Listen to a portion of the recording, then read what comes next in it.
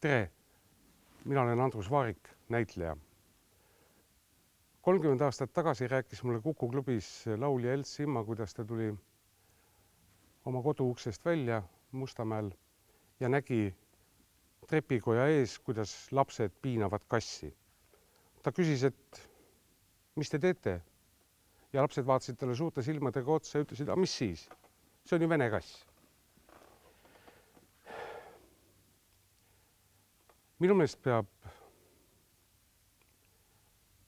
väiksemate suhtes alati tähelepanelik olema.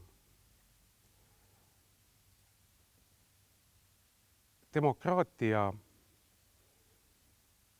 on kohutav valitsemisviis, aga paremat ei ole ka välja mõeldud, ütles Winston Churchill.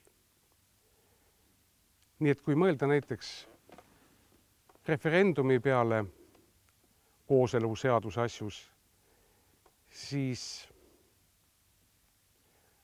tahaks ma mõelda nii, et kui toonases Nõukogude Liidus oleks tehtud rahvahääletus, kas Eesti peab vabaks saama, siis milline see tulemus oleks olnud.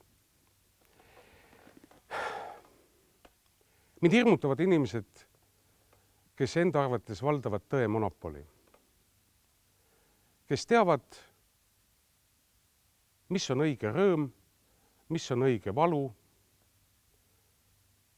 missugune on õige eestlane, missugune on õige armastus. Kes julgevad öelda, et minu armastus on õigem kui sinu armastus.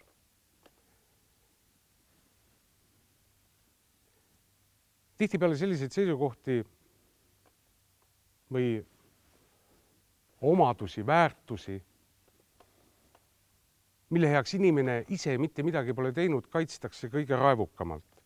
Tihti me kuuleme, oled mees või ei ole, eestlane nii ei käitu, vaata passi, mõtle, kui vana sa oled. Need on asjad, mis on sulle antud ja mida me tihtipeale kaitseme hämmastava raevukusega. Ja niimoodi inimeste liigitamine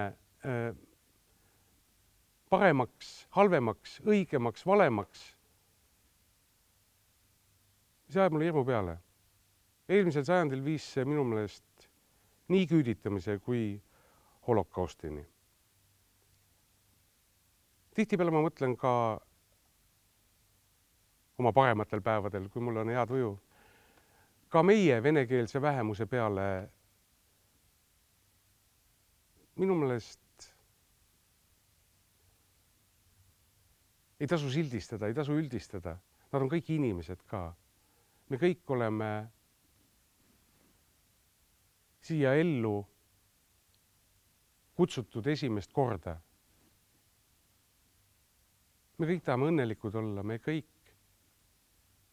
püüame oma elu ära elada oma oskuste, oma geenide, oma päritoluga, oma kasvatusega. Me paneme hommikust õhtuni puhtalt. Elus mustandit teha ei saa. Nii et